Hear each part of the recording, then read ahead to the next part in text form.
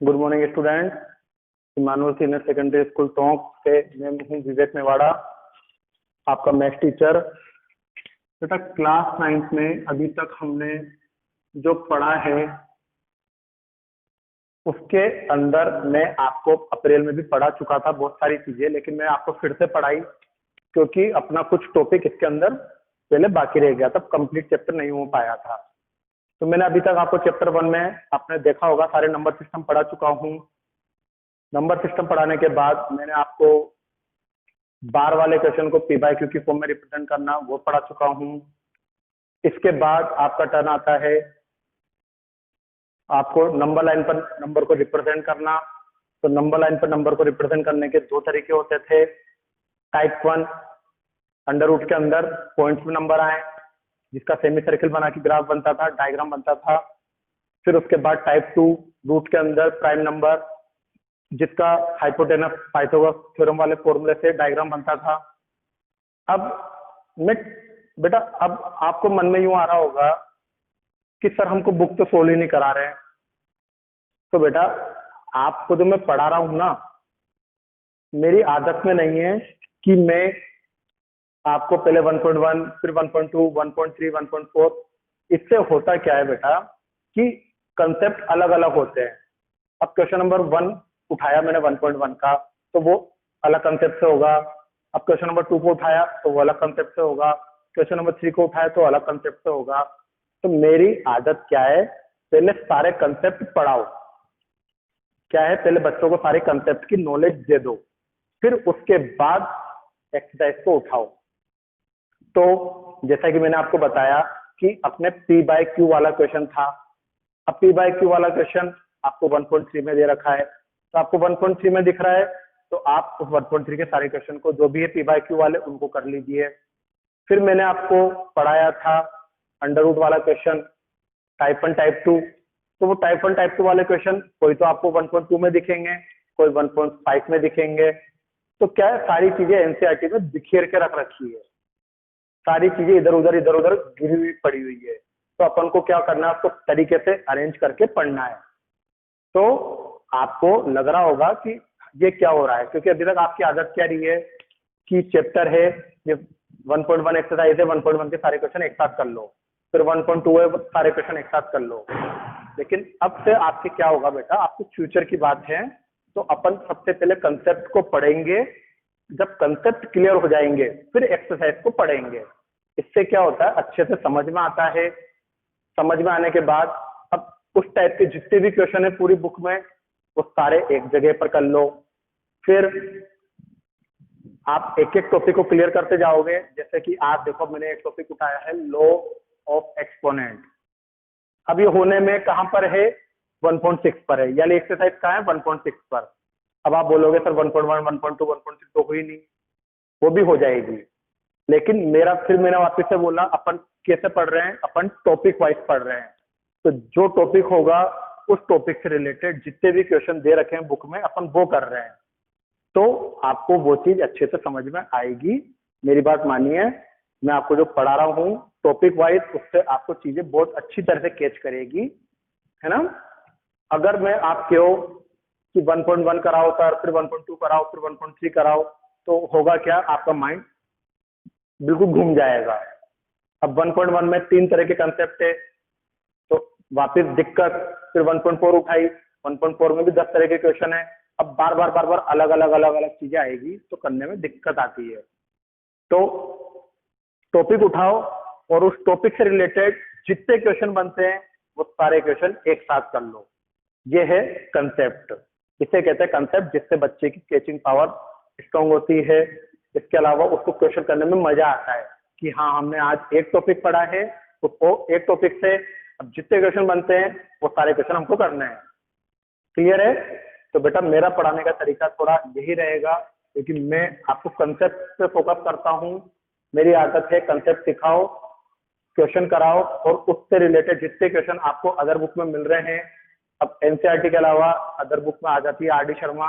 अगर आप R D Sharma भी देखो तो क्या होगा, उसमें कंसेप्ट से टॉपिकों को सिखा रखा है। तो अपन का पढ़ने का तरीका ये रहेगा। अगर आपको अच्छा लगे तो आप जरूर मेरे को क्वेरी ग्रुप पे अपने वर्क सेंड करते हो तो उसके साथ लिख दीजिएगा या मत लिखिएगा, कोई फर्क नहीं पड़ता, है ना। क्योंकि स्कूल ओपन होने के बाद अपन जो पढ़ेंगे वो अपन वापस से अपने ही तरीके से पढ़ेंगे, कंसेप्ट वाइज, है ना। तो लॉ ऑफ एक्सपोनेंट, तो एक्सपोनेंट के बारे में आप पढ़ के आ चुके हो कि लॉ ऑफ एक्सपोनेंट 6 टाइप के होते हैं। आपने 8th क्लास में पढ़ा होगा, 7th क्लास में पढ़ा होगा। जैसे a की पावर m, अब पता है ये नीचे वाले को अपन बेस कहते हैं, बेस, और ऊपर वाले को अपन पावर कहते हैं, है ना। 2 की पावर 3 पढ़ा है आपने, 2 की पावर 3, तो ये 2 तो बेस हो गया और 3 पावर हो गई। तो जो ये पावर होती है ना, पावर का ही दूसरा नाम होता है एक्सपोनेंट, पावर को ही एक्सपोनेंट कहते हैं, इस बात को ध्यान रखना, है ना। तो पावर और एक्सपोनेंट एक ही चीज है। तो अब देखिए आपका लॉ नंबर 1 क्या था, आपने ये 7th क्लास में या 8th क्लास में पढ़ा होगा। अगर दो नंबरों को मल्टीप्लाई कर रहे हो जिन्हों के बेस तो इक्वल है लेकिन पावर डिफरेंट डिफरेंट है, तो आपने उसको लिखा होगा a की पावर m प्लस n। जैसा कि हाथों हाथ एक एक एग्जाम्पल भी देखते हुए चलो। जैसे कहीं पे लिखा हुआ 2 की पावर 3 और कहीं पे लिखा हुआ 2 की पावर 1, तो दोनों के बेस इक्वल है, पावर अलग अलग है, तो आप इसको क्या लिख सकते हो, 2 की पावर 3 प्लस 1, तो ये हो गया 2 की पावर 4, और 2 की पावर 4 को आप क्या लिख सकते हो, 16, तो ये आपका 16 आंसर हो गया। तो ये लॉ नंबर 1 से रिलेटेड एक क्वेश्चन है। लॉ नंबर 2 देखिए, अभी ये चीज मल्टीप्लाई है, अब अगले वाले में ये चीज डिवाइड में आ गई। तो डिवाइड में आपने क्या पढ़ा है, पावर सब्ट्रैक्ट हो जाती है, पावर सब्ट्रैक्ट हो जाती है। तो ये का ये क्वेश्चन ले लीजिए आप, 2 की पावर 3 अपॉन 2 की पावर 1, और इसको सोल्व करना है। ये सेकंड लॉ का एग्जांपल दे रहा हूं मैं आपको। तो क्या लिखोगे आप, 2 की power m minus n, m की वैल्यू 3 और n की वैल्यू 1, 3 में से 1 गया तो 2 बचा, और 2 की पावर 2 4 होती है, तो 4 आंसर हो गया। तो सेकंड लॉ से मैंने जो आपको एग्जांपल समझाया वो ये वाला है। थर्ड लॉ आता है a की पावर m की होल पावर n, और इसको आपने पढ़ा है a की पावर m इंटू n। ये बहुत इंपॉर्टेंट है आपका लॉ नंबर 3, इससे आपके सबसे ज्यादा क्वेश्चन सोल्व होने हैं। तो इसका भी मैं एक एग्जांपल देता हूं आपको थर्ड लॉ का। जैसे कहीं पर लिखा हुआ है 2 की पावर 3 की पावर 2, क्या लिखा हुआ, 2 की पावर 3 की होल पावर 2, तो ये बना a, ये बना m, और ऊपर बना n। देखिए a m n, तो a m n कब आपको कैसे जमाना है, a को तो ब्रैकेट में रखना है, तो a को तो ब्रैकेट में रख दिया, और m और n को मल्टीप्लाई करना है। तो 3 2 जा कितने हो गए, 6, 2 की पावर 6। अब 2 की पावर 6 क्या होती है नहीं पता, तो 2 को 6 टाइम्स लिख लो। ये पावर क्या बताती है, ये क्या बता रहा है, ये बेस है और ये पावर है। तो पावर क्या बताती है, बेस को कितने टाइम लिखना है, 6 टाइम्स, 1 2 3 4 5 6। तो जो पावर लग रही है बेस को उतनी बार लिख दो। तो यहाँ पे पावर 6 लग रही है, तो मैंने बेस को 6 टाइम्स लिख दिया, 1 2 3 4 5 6। तो देखिए 2 2 जा 4, 4 2 जा 8, 8 2 जा 16, 16 2 जा 32, और 32 इंटू 2 64। तो इन सब का प्रोडक्ट कितना बना, 2 की पावर 6 क्या बन गया, 64। तो आपने जब इन सभी नंबरों को मल्टीप्लाई करा तो आपका आंसर कितना आया, 64। तो 2 की पावर 3 की होल पावर 2 को सोल्व करा तो आपका आंसर बना 64। फोर्थ नंबर का रूल होता है a की पावर माइनस m, जिसको आप लिख सकते हो 1 अपॉन a की पावर, सॉरी ऐसे नहीं, 1 अपॉन a की पावर m। क्लियर है ये वाली बात। तो नेगेटिव पावर आ जाती है, तो इसका भी आपको एक सिंपल सा तरीका बता रहा हूं। इसका भी एक एग्जांपल देखिए।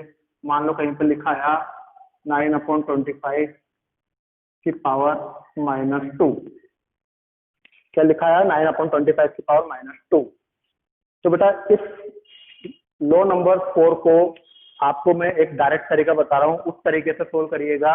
इसमें इस कंसेप्ट को अप्लाई मत करना है, सिंपल सा तरीका है।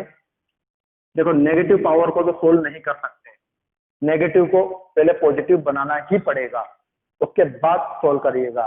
तो इसका सिंपल सा तरीका क्या है, अगर इस नेगेटिव पावर को आपको पॉजिटिव का 2 बनाना है, कहने का मतलब नेगेटिव से आपको इसको कन्वर्ट करना है पॉजिटिव पे, तो आपको बस करना क्या होगा, जो भी आपका बेस दे रखा है ना उसको रेसिप्रोकल कर दो। ये आपका लो नंबर 4 एक्स क्या हो गया, लो नंबर 4 अप्लाई हो गया। क्लियर बात। नेगेटिव पावर को पॉजिटिव पावर बनाना है तो आपको क्या करना पड़ेगा, जो आपका बेस है उस बेस को रेसिप्रोकल कर दो, मतलब न्यूमरेटर को डिनोमिनेटर में भेज दो और डिनोमिनेटर को न्यूमरेटर में भेज दो। क्लियर बात। तो ये लो नंबर 4 आपको अप्लाई फॉर्मूला देख के नहीं करना, इसका ये तरीका होता है, इस तरीके को फॉलो करना, दिक्कत नहीं आएगी। फिफ्थ होता है कि किसी की भी पावर अगर 0 हो तो आपका आंसर हमेशा 1 रहता है, किसी की भी पावर 0 हो। अब कुछ भी ले लो, मैंने क्या बोला, किसी की भी, तो कुछ भी हो सकता है। 2 की पावर 0 आ गई तो आपका आंसर 1, x की पावर 0 आ गई तो आपका आंसर 1, a प्लस b की पावर 0 आ गई तो भी आपका आंसर 1। तो ध्यान रखिएगा मैंने वर्ड लिया है किसी की भी, तो वो किसी की भी मतलब कुछ भी हो सकता है, तो किसी की भी पावर अगर 0 दिख जाती है तो आपका आंसर बन जाता है 1। तो ये 5वें नंबर लो का एग्जाम्पल है। तो लास्ट आपका छठा लो आता है a की पावर m इंटू b की पावर m। बेस तो अलग अलग है लेकिन पावर सेम है। देखो a की पावर m, b की पावर m, तो पावर तो दोनों की सेम दिख रही है लेकिन बेस अलग अलग दिख रहे हैं। तो आप क्या करोगे, यहाँ पर a और b को मल्टीप्लाई करके पावर सेम लगा दोगे, a इंटू बी की पावर m। जैसा कि मैं फिर से आपको एक एग्जांपल देना चाहूंगा, जैसे यहाँ लिखा 2 की पावर 2 और यहाँ लिखा 3 की पावर 2। क्या लिखा, 2 की पावर 2 और 3 की पावर 2। तो लो नंबर 6 में देखो क्या दे रखा है, दोनों की पावर सेम दिख रही है, दोनों के अंदर पावर सेम दिख रही है लेकिन बेस अलग अलग है, इसका बेस 2 है और इसका बेस 3 है। तो ये वाला आपको क्या बताएगा, आपको देखिए यहाँ पर a और b को मल्टीप्लाई कर दो, तो 2 इंटू 3 पावर सेम लगा दो। देखिए a की वैल्यू 2, b की वैल्यू 3 और पावर m, तो a की वैल्यू 2, b की वैल्यू 3 और पावर m 2 दे रखी है। तो ये 2 3 जा 6, 6 का स्क्वायर बना और 6 का स्क्वायर 36 होता है। क्लियर है ये। तो मैंने हर लो का आपको एक एग्जांपल दिया है। अब इन लो से रिलेटेड आपको 1.6 एक्सरसाइज सोल्व करनी है।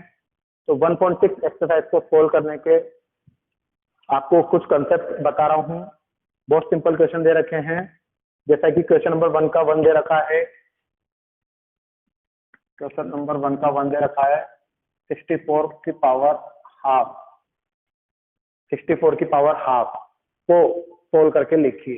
क्या लिखा हुआ है, 64 की पावर हाफ। तो बेटा अब सुनिए, आपको करना क्या होगा, इस बात का ध्यान दीजिएगा। आपको करना यह है कि जो आपका बेस है, जो आपका बेस है, उस बेस का आपको प्राइम फैक्टर करना है। हर क्वेश्चन में आपको क्या करना है, बेस का प्राइम फैक्टर करना है।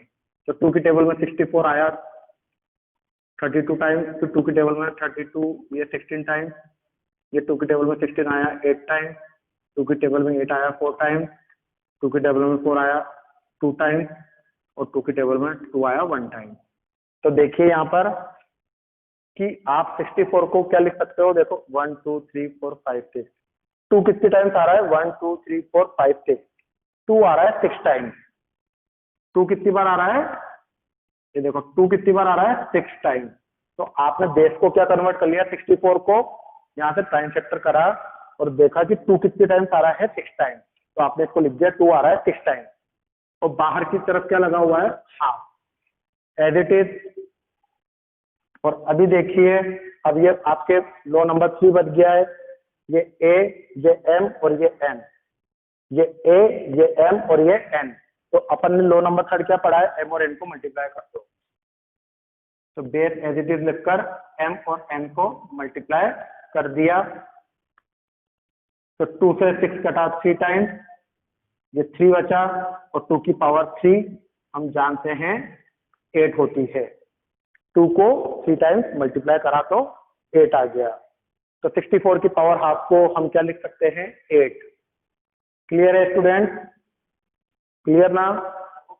तो देखिए अब मैं अगला क्वेश्चन जो कि आपको बताना चाहूंगा, इसी का सेकंड यहाँ पर दे रखा है 32 की पावर 1/5। क्या दे रखा है, 32 की पावर 1/5।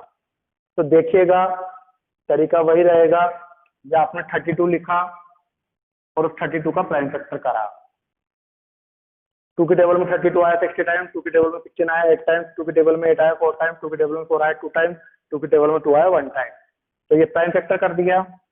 फिर मैंने आपको क्या बोला, आपको यहाँ देखना है 1 2 3 4 5। तो 32 को आप क्या लिख सकते हो, 2 की पावर 5, और ये 1/5 एज इट इज। बेस है 32, उस 32 को आप क्या लिख सकते हो, देखो यहाँ 2 कितने टाइम्स आ रहा है, 5 टाइम, तो 2 की पावर 5 लिख सकते हो 32 को।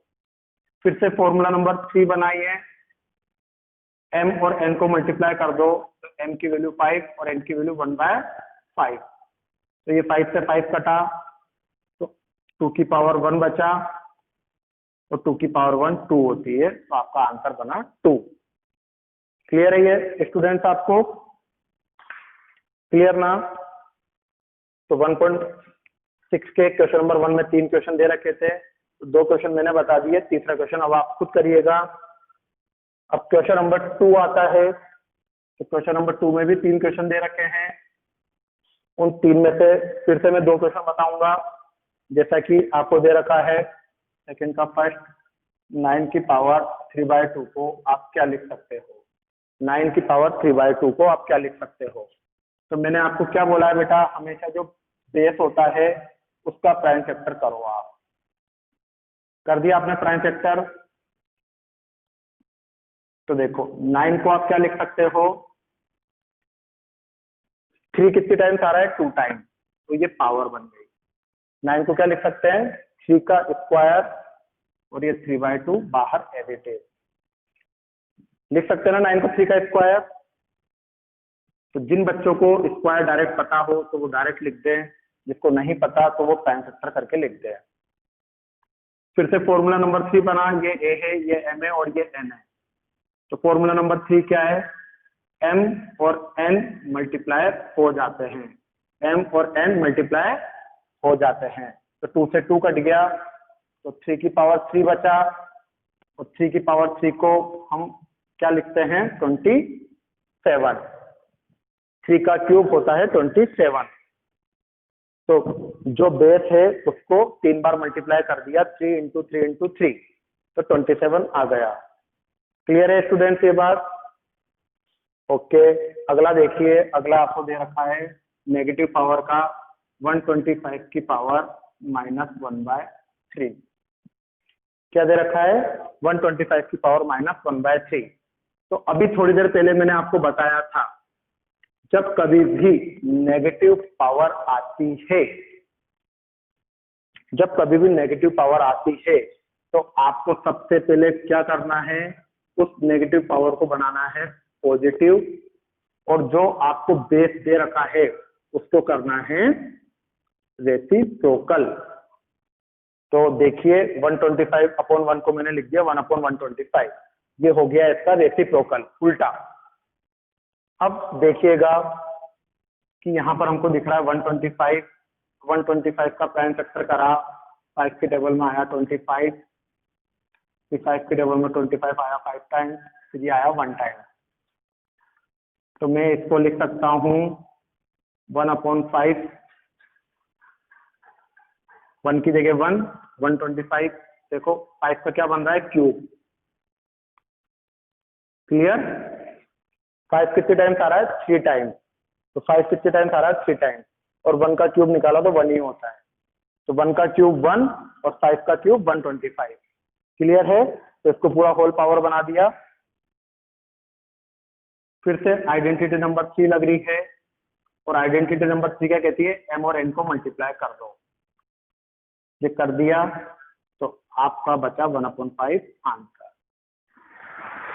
एक्सपोनेंट में जो आपको बिल्कुल बेसिक वाली बात है, जो सबसे इंपॉर्टेंट बात है, वो यही ध्यान देना है कि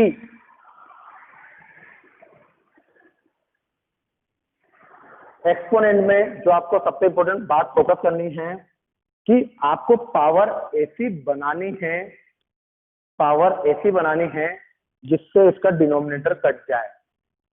इस बात का आपको विशेष ध्यान देना है। देखो यहाँ पर 1/3 था, तो मुझे यहाँ पर पावर 3 लानी थी, मतलब ऐसा नंबर लाना था जो 3 की टेबल में चल जाए, जिससे ये दोनों कट जाए। जैसे 3 को 1/3 से मल्टीप्लाई करा तो कट गया। तो आपने देखा होगा, मैंने अभी तक आपको जितने भी क्वेश्चन कराए हैं उन सभी क्वेश्चनों में मैंने डिनोमिनेटर को काटा है। देखो यहाँ पे जैसे 3 से 3 काटा है, फर्स्ट क्वेश्चन में देखा होगा 2 से 6 को काटा होगा। ऐसे आपको डिनोमिनेटर वाली टर्म को कैसे भी करके गायब करना है, ये सिंपल सा एक्सपोनेंट का रूल है। तो जिस बच्चे ने डिनोमिनेटर को गायब कर दिया उस बच्चे के लिए ये वाली एक्सरसाइज सिंपल हो जाएगी। जैसे एक एग्जांपल और ले रहा हूं मैं, 32 की पावर 2/5। क्लियर? अभी थोड़ी देर पहले हमने 32 को लिखा था, पिछले क्वेश्चन में ही 32 को हमने क्या लिखा था, 2 की पावर 5। तो देखिए फिर से m और n मल्टीप्लाई कर दूं, 2 की पावर 5 इंटू 2/5। तो देखो इसके डिनोमिनेटर से ये कट गया 5 से 5, तो डिनोमिनेटर को काटना ही सबसे इंपॉर्टेंट है। जिस बच्चे ने डिनोमिनेटर को काट दिया उस बच्चे का आंसर बिल्कुल करेक्ट आएगा, और जो नहीं काट पाएगा उसका गलत आंसर आएगा। तो 2 की पावर 2 4 होता है। तो इस तरीके से आपको इस पूरे 1.6 एक्सरसाइज को सोल्व करना है। 1.6 के अंदर क्वेश्चन आपको 9 दे रखे हैं, उन 9 क्वेश्चनों में से मैंने आपको 4-5 क्वेश्चन करा दिए हैं, बाकी बचे अब 3-4 क्वेश्चन। तो 1.6 के 3-4 क्वेश्चन को आपको खुद को सोल्व करना है। तो ये आज आपका होमवर्क है कि 1.6 के जो बाकी क्वेश्चन रह गए उसको हमको सोल्व करना है। कल मैं आपको एक नया टॉपिक पढ़ाऊंगा, रेशनलाइजेशन। इसके अलावा 1.4 का एक और टॉपिक है, मैग्निफिकेशन। तो हमारे अभी भी 2 टॉपिक इसमें बाकी है, उसके बाद हम एक्सरसाइज डिस्कस करेंगे। Okay, good bye students, have a nice day.